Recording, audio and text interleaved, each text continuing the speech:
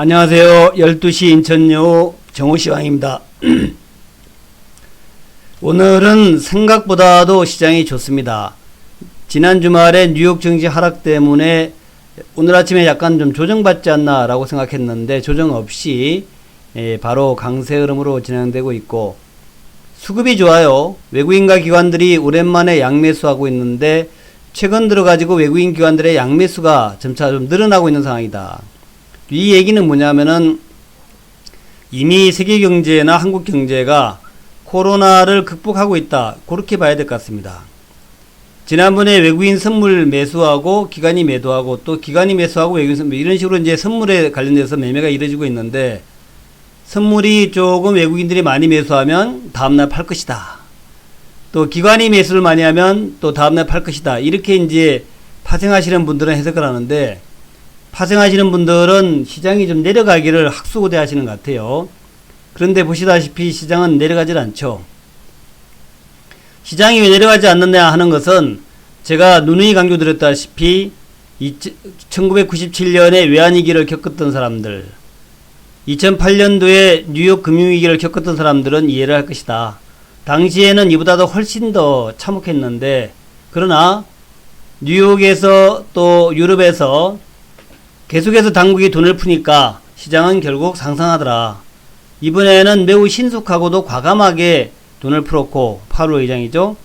그래서 그런지 시장은 아주 빠르게 안정되고 있다. 한번 급락했지만 바로 회복되고 있고, 요것이 더블딥으로 가지 않는다. 제가 누차 강조드렸지만 더블딥으로 가지 않는다. 옛날에 2008년 금융위기 때도 더블딥 얘기가 많았습니다. 하지만 더블딥으로 안 갔고, 또 그때도 하이퍼 인플레이션 얘기가 많았어요. 돈을 무지무지하게 푸니까 하이프가 될 것이다 그랬는데, 그때도 지금처럼 하이퍼 인플레이션으로 가지 않았습니다. 사람들은 이 금융을 좀 이해를 잘 못하시는 부분들이 있는 것 같아요. 그 얘기 뭐냐면은, 그 세계의 경제, 세계 경제, 자본주의 경제는 돈으로 이루어져 있는데, 돈이라고 하는 것은 신용입니다. 갑작스러운 위기로 인해서 신용이 단절돼 버리면 경제가 바로 디플레로 가게 되거든요. 그래서 그 신용의 부족분, 신용의 위기를 막기 위해서 2008년도에도 버냉키가 돈을 무작정 풀었고, 이번에도 파월이 돈을 엄청나게 풀고 있는 겁니다. 그것은 그냥 단지 없어진 돈을 메꾸는 정도밖에 안 된다. 인플레를 조장할 정도의 돈은 아니다라는 거예요. 물론 그로 인해 가지고 자본시장, 특히 재테크 시장에서 증권 쪽이나 부동산 쪽에서 약간의 버블이 있긴 있습니다만은 그것이 하이퍼 인플레로 가지 않는다. 그거를 여러분이 좀 이해해 주십사 하는 말씀을 드리면서, 오늘도 그동안 이제 기관 외국인들 공매도 많이 있었죠. 근데 공매도 금지가 난 이후에 매도가 많지 않습니다. 이렇게 외국인 기관들이 조금 매수해 주니까 바로 시장은 급등으로 가고 있고, 지금 이제 26포인트 정도인데, 지수 차트 한번 다시 볼까요? 지수 차트가 참 애매하다 그랬죠. 제가 뉴욕 증시 하락은 오늘 아침에 좀 하락이 예상되지만, 그렇지만 하락폭은 제한적이다 그랬는데, 하락이 있는 것이 아니라 바로 아침에 약간의 갭상승 이후에 바로 올라가는 모습이다. 지난 주말에 아마도 그 미국과 중국의 그 분쟁이 좀 있었죠. 휴스턴의 영사관 폐쇄하니까 이번에는 중국이 청두에 영사관을 폐쇄하는 이런 서로 그 부닥치는 면이 있었는데, 그것 때문에 좀 내렸다라고 보여지고, 그것이 이제 해소가 되니까 바로 한국 증시는 회복되는 모습. 중국 상해 증시도 추가적인 하락이 나오고 있지는 않죠. 아마 제가 보기에는 중국 상해 증시도 요 정도 라인에서 좀 지지 라인 만들고 60일간의 2개월 조정한 다음에 다시 올라가지 않겠나, 그렇게 생각을 하고 있습니다. 오늘 원달러 환율 같은 거 보더라도 뭐 큰 변화가 없어요. 오히려 내려가죠. 만약에 무슨 뭐 이상이 있었다면은 원달러 환율이 위로 올라갈 텐데, 원달러 환율은 다시 내려갑니다. 미중 간의 무역 분쟁이나 이런 게 있어서 경제를 끝장낼 수 있는 게 있었다면 하락할 텐데, 오히려 위로 올라가는 모습, 위로 올라가야 될 텐데 원달러 환율이 좀 내려가는 이런 모습으로 진행되고 있다. 이런 관점에서 위기는 없다. 증시의 글로벌 위기는 없다. 그렇게 여러분이 이해하시면 되겠다 생각이 들고요. 오늘은 제가 삼성전자하고 SK 디스커버리에 관련된 얘기를 좀 하고요. 또 넷페스나 테스나 같은 비메모리, 요걸 좀 집중적으로 말씀드릴게요. 지난 토요일날 지난 금요일날 제가 말씀드리기를, 그 신풍제약이라든가 또 영진약품 같은 종목들, 코로나 관련 종목들이 너무 과대평가됐다, 그렇게 말씀을 드렸죠. 그랬는데 그날도 뭐 금요일날도 제가 낮 12시 방송했는데 오후에 빠져버렸고 많이 밀렸죠. 신풍제약 오늘도 14% 내려가고 있고요. 또 뭐 국제약품이니 여러 코로나 관련된 종목들, 이런 종목들이 많이 하락을 합니다. 그래서 여러분들이 그런 개념으로 이해하셨으면 될 것 같아요. 신일제약도 한가에 갔죠. 대원제약 17% 하락. 이 코로나 관련해 가지고 여러 가지 얘기들이 있는데, 제가 볼 때는 치료제 또 뭐 백신 이런 것들의 그 주가가 너무 많이 올랐다라는 그런 개념으로 이해하시면 되겠다. 그런 관점에서 제가 일단 SK 디스커버리 관련된 얘기를 좀 말씀드릴게요. SK 디스커버리는 SK 케미칼, SK 디스커버리에서 계속 주가 강세 보이고 있고, 케미칼이나 디스커버리 쪽은 좀 실체가 있습니다. 백신 관련해 가지고 실체가 좀 있다, 그리 보시면 될 것 같고, 여기서 여러분들 그 SK 케미칼 쪽하고 SK 바이오팜하고 좀 달라요. 그 그룹의 지배구조 좀 다릅니다. 그래서 그거 좀 정리를 하고 와야 되겠다 생각이 들어가는데, SK그룹의 그 최태원 회장의 SK그룹, 또 최창원 회장의 최창원 부회장이죠. SK 디스커버리 그룹이 좀 나뉘어져 있어요. 그 외에 최신원 뭐 이렇게 쭉 있는데, SK그룹은 다 아시다시피 뭐 SK이노베이션, SK텔레콤, SK네트워크스, SK건설, 또 SK머티리얼즈, SKC, 뭐 SKENS 이런 식으로 되어 있습니다. 요렇게 되어 있고, 하이닉스는 SK텔레콤 밑으로 들어가 있죠. 그런데 그러니까 SK바이오팜은 어디가 있나 하는 건데, SK바이오팜은 이쪽 최태원 회장 쪽에 들어가 있어요. SK바이오팜은 최태원 회장에 들어가 있고, 대신에 최창원 부회장은 SK 디스커버리로 되어 있습니다. 그래서 SK 디스커버리가 SK 케미칼의 대주주예요. 여기 30% 정도의 지분을 가지고 있습니다. SK 디스커버리가 이제 SK 케미칼의 대주주라는 얘기죠. 그리고 SK 디스커버리가 뭐 SK 가스라든가 SK 신텍, 또 SK 플라즈마 뭐 이런 것도, 여기 SK 건설로 돼 있는, SK 건설은 사실 그 작년도에 매각을 했어요. 작년 6월달에 SK 건설은 SK 그룹으로 넘어가고, 최창원 부회장은 SK 케미칼하고 SK 디스커버리라는 지주회사를 바탕으로 해서 이런 이제 SK 가스, 뭐 신텍, 플라즈마 이런 회사들, 그런 회사들 지배하고 있다. SK D&D라는 회사도 있고요. SK 휴비스도 여기 들어가 있고, 그렇게 최창원 회장은 SK 케미칼을 중심으로 한 그런 이제 바이오 기업. 우리가 최근에 좀 신경을 많이 쓰는 쪽이 SK 디스커버리, SK 케미칼 이런 쪽이라서, 그런 쪽의 기업들이 이제 주로 최창원 부회장 쪽이고, 물론 이제 최근에 상장된 엄청난 회사 SK 바이오팜은 또 SK 그룹이죠. 그래서 그렇게 돼 있다라는 거. SK 바이오팜은 SK가 직접 투자한 회사죠. 여기 이제 표시가 안 돼 있네요. 그렇게 여러분이 이해하시면 되겠다 생각이 들고, 그래서 요 그룹은 좀 달라요. 다른데, SK 바이오팜하고 SK 케미칼하고 사실 뭐 지분 관계는 없습니다. 근데 이제 전체적으로 이제 묶어가지고 같은 SK 그룹이니까 음으로 양으로 이제 어떤 뭐 여러 가지 후광 효과도 좀 있을 거고 그런 게 있는 거죠. 그래서 그렇게 이제 묶어서 본다, 이렇게 보시면 될 것 같아요. 자, 그래서 SK 바이오팜, 오늘 SK 케미칼 전부 다 강세를 보이고 있는데, 좀 과도하게 올라가긴 올랐지만, 바이오팜은 이제 뭐 19만에서 안정되는 것 같고, SK 케미칼과 디스커버리가 좀 과도하게 올라갔지만, 요즘 들어가지고는 이제 SK 케미칼, 디스커버리 이런 쪽에 어떤 새로운 가능성을 좀 보자, 이런 얘기들이 나옵니다. 그런 개념에서 여러분들 이제 이해하시면 되겠다, 이렇게 보시면 될 것 같고, 또 오늘 중요한 이제 흐름 중에 하나가 삼성전자가 올라가요. 삼성전자가 올라가는데 왜 삼성전자가 지금 올라갈까? 그동안 지지도 못난 종목 삼성전자였는데 왜 삼성전자가 올라갈까 하는 것이 이제 이런 의미로, 이런 개념으로 보시면 될 것 같아요. 요렇게 보시면 요렇게 돼 있죠? 이렇게 돼 있는데, 삼성전자는 지금까지 참 시장 올라옴에도 불구하고 크게 뭐 내려갈 때 크게 내리지도 않았지만 올라갈 때도 크게 못 올라가고 있습니다. 물론 내려갈 때 좀 내려갔나? 그래서 왜 삼성전자는 못 올라가는가 하는 것에 대해서 여러 가지 얘기가 있는데, 어쨌든 오늘 나온 뉴스는 뭐 그런 거예요.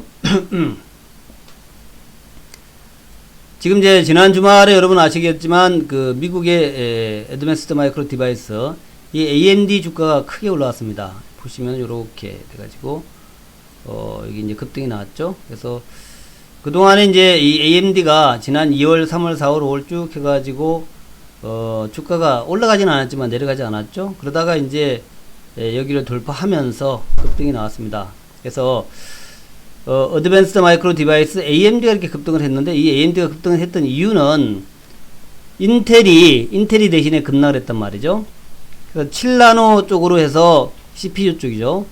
그러니까 CPU, GPU 이런 것이 이제 우리 이 반도체에서 이제 컴퓨터에서 핵심 칩이잖아요. 비메모리죠. 그래서 이 CPU나 GPU를 만드는 데서는 역시 인텔이 최고였죠, 지금까지. 그런데 AMD가 이제 2등이었고, 근데 AMD가 인텔을 앞지를 수 있다, 이런 이제 가능성이 나왔어요. 그것이 이제 어제 그저께의 급등이었고, 또 이제 지난 주말에 급등, 그러니까 수목금해서 AMD의 주가 급등이 나왔다는 겁니다. 이렇게 돌파가 나왔어요. 돌파가 나왔고, 대신에 이제 인텔은 7나노를 갖다가 뭐 시간이 좀 걸릴 것 같다, CPU에서. 그래서 이제 시간에 의해서 또 급락이 나왔단 말이죠. 그래서 요런 이제 흐름이 나왔는데, 요 흐름과 이제 삼성전자를 결부시키는 사람들이 많이 있습니다. 그렇게 되면은 또 삼성전자에 무슨 기회가 생기지 않겠냐. 특히 이제 비메모리 쪽에서, 인텔이 이게 대만의 TSMC를 제치고 삼성전자한테 물건을 줄 수 있다, 물량을 줄 수 있다, 이런 얘기도 있고, 여러 가지 하여튼 얘기들, 관측들이 많이 나온다. 그래서 오늘 아마 삼성전자의 상승세는 그와 연관되어 있지 않겠냐. 근데 뭐 꼭 그와 연관된지 잘 모르겠어요, 사실은. 근데 이제 그런 이제 관측들이 나온다는 거죠. 또 최근 들어 이제 외국인들의 매수가 쭉 유입되고 있고, 오늘도 보면은 외국인의 매수 유입, 모건스탠리가 90만 주 사고 있단 말이죠. 그래서 오늘 그 종목 잠정을 체크해 보면은, 금액수를 볼게요. 금액수를 보게 되면은, 그 삼성전자를 외국인이 1280억을 사고 있고, 기관이 325억을 사고 있죠. 요 얘기가 결국 삼성전자의 역할, 대만의 TSMC를 제치고 삼성전자가 비메모리에서 이 인텔과의 어떤 끈끈한 새로운 관계를 만들어가는 거 아니냐, 이런 얘기가 이제 나오는 거죠. 그래서 이제 삼성전자 외국인들 1280억 사고 있고 320억 사고 있다. 요 개념으로 이제 여러분이 이해하시면 될 것 같고, 그래서 삼성전자가 이제 앞으로 여기를 돌파하는 게 굉장히 중요합니다. 현재 주가가 56,000원대. 지난번에 제가 이제 삼성전자 추천해가지고 뭐 여러분 다 기억하겠지만 51,000원대에서 51,000원 사이에 우리가 매집을 해서 요걸 이제 삼성전자를 56,000원대 근처에서 팔고 나왔잖아요. 뭐 많이 먹지 못하고 그냥 팔고 나왔죠, 그때. 여기서 팔고 나왔는데, 여기 팔고 나오고 이제 지금 안 사고 있는데, 오늘의 내용을 보면서 제가 조금 또 삼성전자 사야 되는 거 아니냐, 그렇게 이제 생각을 좀 바꾸고 있습니다. 좀 뭐 하여튼 좀 더 생각해보고 제가 결정을 하겠다 말씀드리고, 그래서 그와 관련해가지고 오늘 비메모리 관련주들이 좋아요. 테스나하고 네페스, LB세미콘이 이제 비메모리 3인방이라 그러는데, 최근 들어 네페스도 좀 올라오기 시작했고, 오늘 테스나의 흐름도 12% 올라가는 거 보니까, 역시 이제 비메모리 이쪽 아니냐라는 거죠. 그래서 여러분들 좀 비메모리 좀 주목해 보세요. 테스나가 지금 쭉 치고 올라가다 오늘 이제 요 고점을 돌파하는 모습 나왔어요. 장기 고점 돌파 쉽지 않은데, 지난 금요일에 돌파하고 오늘 다시 추가 상승이 나오고 있고, 그렇다면 네페스, 또 비메모리의 지존이 때 네페스 아닙니까? 네페스도 보면은 이 하락 추세 라인을 이제 오랜만에 이렇게 돌파하고 나오고 있단 말이죠. 그래서 네페스의 돌파, 그리고 테스나의 돌파, 급등, 그리고 삼성전자가 지금 다시 주가가 올라오는데, 과연 이번에는 삼성전자가 57,000원대, 58,000원까지 돌파할 것인가, 그것도 이제 한번 우리가 곰곰이 좀 지켜보고 생각해보자 하는 말씀드립니다. 그래서 SK 디스커버리에 대한 말씀, SK 디스커버리와 SK 케미칼에 대해서 지배구조 중심으로 먼저 알아보고, 삼성전자는 이제 인텔과 AMD 관점에서 좀 살펴봤다. 비메모리 관점에서 이렇게 보시고, 그래서 오늘 제가 이제 표지에다가 했던 SK 디스커버리하고 삼성전자에 대한 얘기는 결국 그 내용이에요. 일단 비메모리 쪽하고 최창원 회장 쪽, 그렇게 이제 보시면 될 것 같고, 사실 최근 들어가지고 백신에 대한 얘기가 많이 나오고 있고, SK 바이오팜은 아닌데 SK 디스커버리나 SK 케미칼 이쪽은 이제 백신 관련돼 가지고 집에 아직 비상장회사 해가지고 굉장히 그 관심이 커지고 있다라는 거 보시면 될 것 같고, 나머지 이제 치료제나 백신 관련해가지고 주가들이 쭉 좀 현재 좀 조정 과정이죠. 조정 과정. 좀 조정 과정이다. 이렇게 이제 보시면 됩니다. 좀 조정을 하고 있구나. 그렇게 이제 보시면서, 앞으로 이제 SK 디스커버리 계열 중에서 이제 SK 플라즈마라든가, 이런 회사들도, 이런 회사들도 이제 조금 지나면 좀 상장도 될까요? 뭐 그런 가능성도 있고 그렇죠? 뭐 그런 것도 있는데, 어쨌든 그런 걸 떠나서, 삼성전자하고 SK 케미칼, SK 디스커버리가 이제 오늘, 많이 주목을 받고 있다. 그렇게 이해를 하시면 될 것 같습니다. 그리고 이제 저한테 그런 얘기 많이 물어봐요. 그러면은 이제, 카카오는 팔아야 됩니까? 라고 물어봅니다. 제가 카카오 판단 얘기는 한 번도 안 했죠. 카카오 판단 얘기는 안 하고 제가 조금 매수를 해야 되는데, 매수를 여유를 가지고 매수하자. 매수하시는 분들, 없는 분들은 이제 조금 이제 기간 조정에 들어갔으니까 여유를 가지고 매수하자 그랬지, 이걸 팔자는 얘기는 안 했단 말이죠. 또 제가 카카오가 20일 라인을 깰 수도 있다, 아직은 안 깨졌지만, 빨간 라인 20일 라인 깰 수도 있다 그랬죠. 그래서 31만원 정도 수준까지 내려올 수 있다. 그렇게 얘기했고, 그래서 매수하고자 하시는 분들은 천천히 이 카카오를 이제 분할 매수하자, 이런 개념이에요. 뭐 내려갈 것 같지는 않아요. 내려간다고 해서 이거 뭐 카카오를 팔아가지고 뭘 사갔어요. 그죠? 카카오 팔면은 뭐 살만한 게 있나? 그래서 카카오는 팔지는 말고 매수 타이밍만 조금 천천히 해도 된다라는, 뭐 지금 사도 됩니다만은 좀 천천히 해도 된다는 얘기 정도로 그렇게 말씀드린 거예요. 그리고 네이버 같은 경우에도 마찬가지입니다. 네이버 같은 경우에도 이거 뭐 팔자라는 얘기가 아니라 매수를 좀 천천히 해도 된다.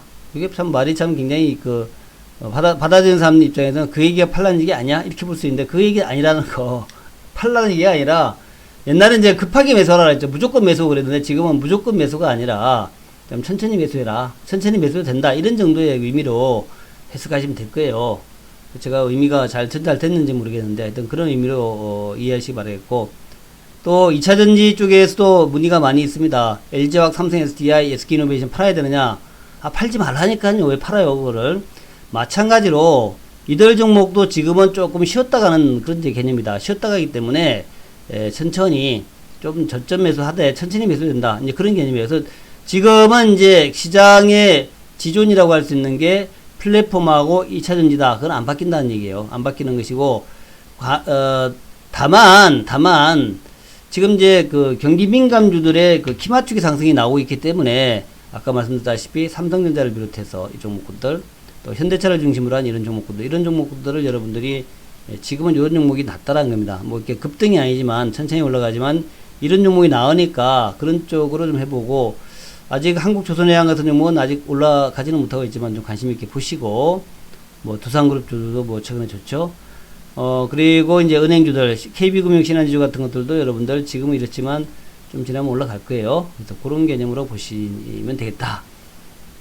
자, 오늘 정리합니다. 첫 번째, 카카오하고 네이버하고 LG화학, 삼성 SDI, SK이노베이션 같은 거, 에코프로비언 같은 거는 파는 거 아니다. 매수를 좀 천천히 해도 좋은데 파는 거 아니다 하는 거. 첫 번째 결론.